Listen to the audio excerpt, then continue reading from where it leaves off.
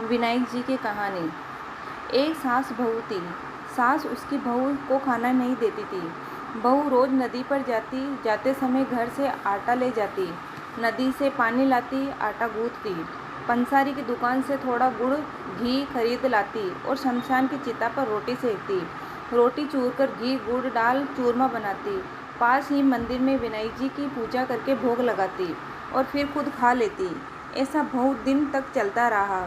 विनायक जी को ऐसा देखकर बहुत अचंभा हुआ और उन्होंने अपने मुंह में अंगुली रख ली। बहू तो घर आ गई। दूसरे दिन मंदिर के पट खुले तो लोगों ने देखा विनायक जी के मुंह में अंगुली है और आश्चर्य करने लगे। सब लोग मंदिर में जमा हो गए।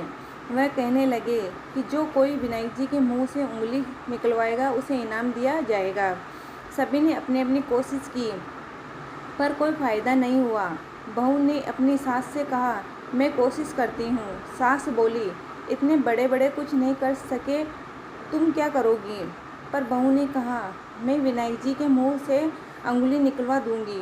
गांव वाले मंदिर के आंगन में एकत्रित हुए। बहू आई, निज मंदिर में जाकर कपाट बंद कर दिए और विनायक जी से बोली, मैं मेरे घर से आटा लाती, नदी से पानी लाती, पंसारी से गुड़ घी लाती, चिता पर रोटी सेकती, इसमें आपको क्या आपत्ति हुई? आपको मुंह से उंगली हटानी पड़ेगी। विनायक जी ने सोचा, इसने पहले मुझे भोग लगाया, सच्चे मन से मुझे धयाया है, इसकी बात तो माननी ही पड़ेगी और उंगली हटा ली। बहू ने मंदिर के दरवाजे खोले। लोगों ने देखा विनायक जी ने उंगली हटा दी है।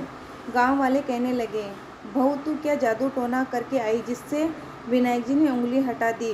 बहू ने कहा, मेरी सासू मुझे भोजन नहीं देती थी, तब मैं घर से आटा, नदी से पानी में पंसारी से घी गुड़ लाकर चिता पर उसे सेकती। पहले विनायक जी के भोग लगाती, फिर खुद खाती। इसलिए विनायक जी को अचंभा हुआ और उन्होंने उंगली रख ली।